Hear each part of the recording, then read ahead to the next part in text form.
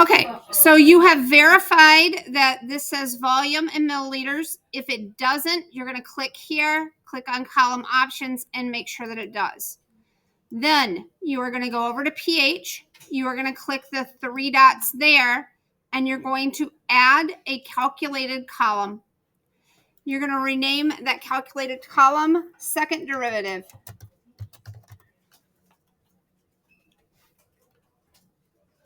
You are then going to go down where it says insert expression, and you're going to select second derivative. Oh, crap. Sorry. Let me move this guy out of the way. He's in the way. Add calculated column, second derivative. I'm going to click second derivative down here, and I'm going to click apply. Is everybody okay with that now? Anybody not up with me at this point? All right.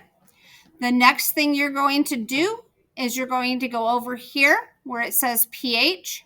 You're going to click on that. You're going to toggle off pH and toggle on second derivative.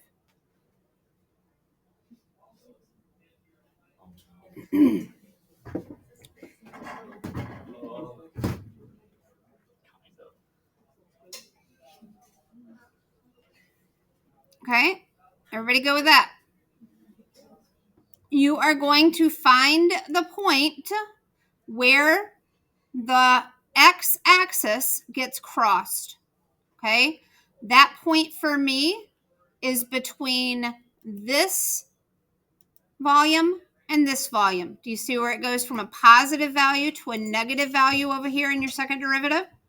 You want to write down the volumes and those second derivative values. Just write them down on a scratch piece of paper, your lab, something that you can use that information for in just a minute on another page.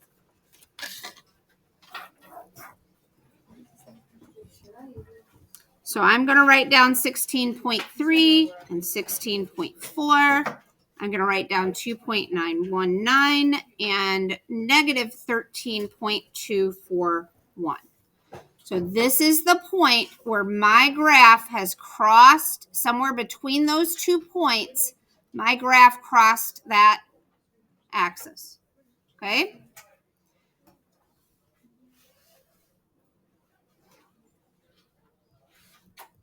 Anybody need more time writing those down? The next thing you're going to do is you're going to open a new tab, and you're going to go to the Desmos graphing calculator. And you're going to click on that. So at this point, you should be on this Desmos graphing. Remember, this is the free calculator that they let you use online during the AP exam. Okay, so if you don't have access to a fancy graphing calculator, now you do. You are then going to go up to the plus sign here. You are going to click on that where it says add an item, and you are going to add a table. You will then type in those 4 values that you got from the graph.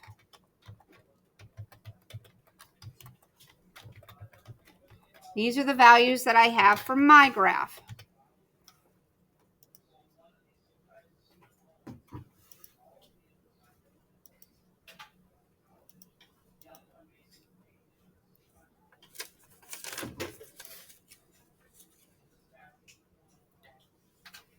Anybody still need time to get those entered?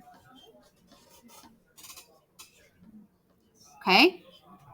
This little branch thing here, I don't know exactly what it looks like, a little branch with some leaves on it. Okay. We are going to click that branch, and we are going to add a linear regression. Now, it doesn't appear that anything has changed on our graph, but it has. The way you view that is you are going to click on this magnifying glass with the plus sign on it. Okay? you are next going to find where that line, that linear regression, has crossed the axis. If you hover your cursor over that gray dot where that crossing happened, that will tell you your pH at equivalence. Or not pH, your volume. I'm sorry. How much what your volume was at at equivalence. So this is your volume of base used at equivalence. You need to write that down and document it. There is a spot on your lab sheet to do that. Then you are going to save this graph. I got to remember how to do that. Hold on. Here it is. You can save it. You are going to share it. And when you click this share button up here, you can then print it. So you're going to print this graph, and that's going to need to be included when you turn in your lab. Okay?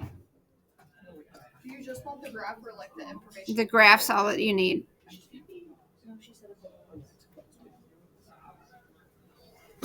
All right.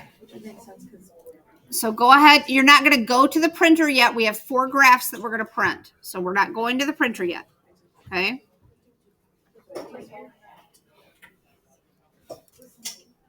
If you've already worked ahead, Tristan, and you have this whole thing done, you can go and go off on your own.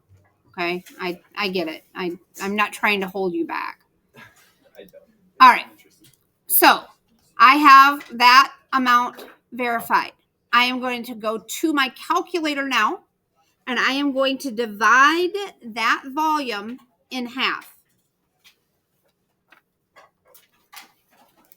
I'm going to take, for me, that was 16.318, and I'm going to divide that by 2, and that, for me, is going to be 8.15903.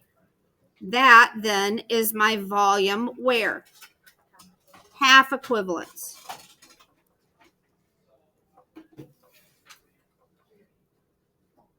So you should have a number around upper 7s, lower 8s that you have calculated.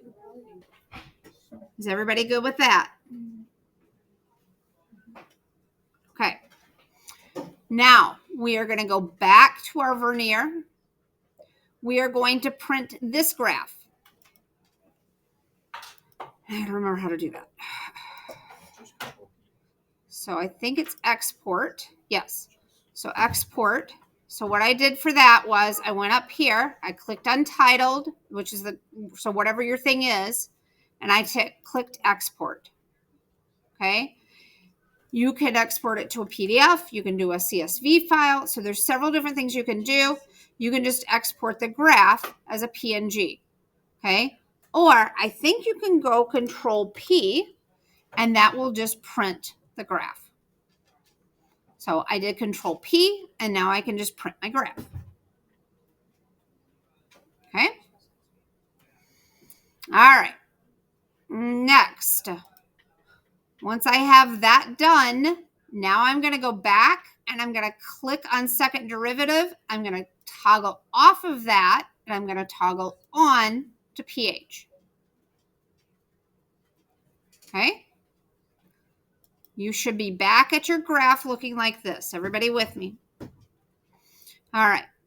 Now, I am going to go and I'm going to find the 2 points between where I had my volume. I've got 8 and I have 8.5. These are the 2 values.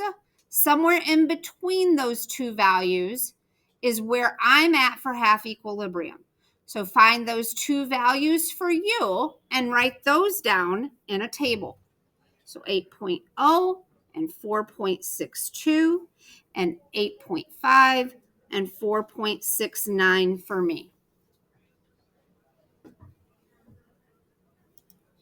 You can also print this graph while you're in here if you want, if you're waiting for people, or you can come back to it. But the next thing we're going to do is we're going to go back to Desmos.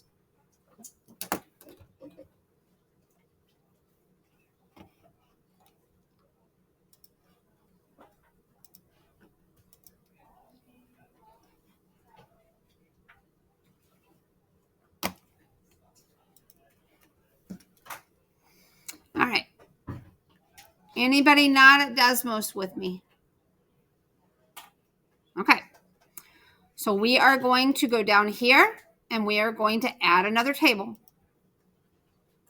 In this table, I'm going to type in the values for the pH and the volume that I had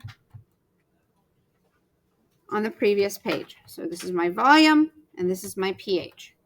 So I have those values in, and now I'm going to form another linear regression. This is what this mess looks like, okay? So everybody get up to where this looks messy like this, and then I'll show you what to do from there.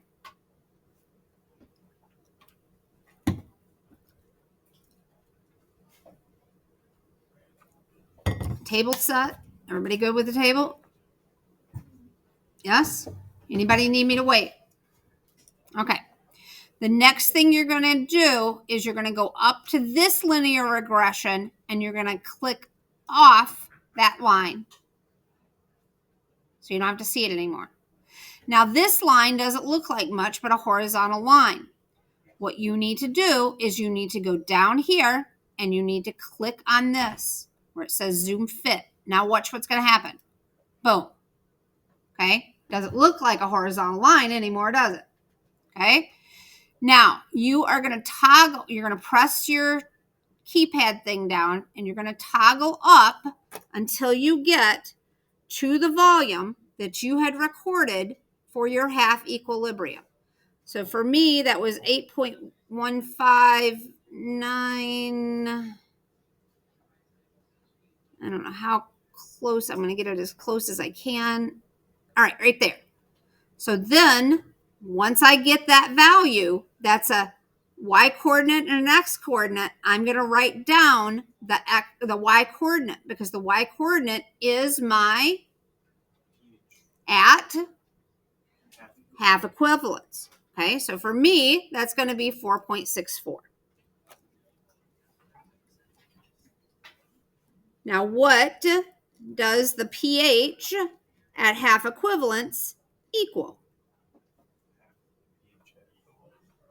Yep, what does it equal? What else does it equal? What? pKa, right. And if you have your pKa, what can you get? You can get your Ka. And then you can go to the second page of your lab and you can identify, hopefully, what acid you have. Okay? Now, once you do that, then you've got some other numbers that you're going to crunch. But this takes care of all of the linear regressions and figuring out second derivatives and all that fancy mathy stuff. Okay, so I've got you well on your way to working on that. You two can get a pair of goggles and go back and do your lab. Somebody can go back with them and kind of step them through it. I don't know, Allie.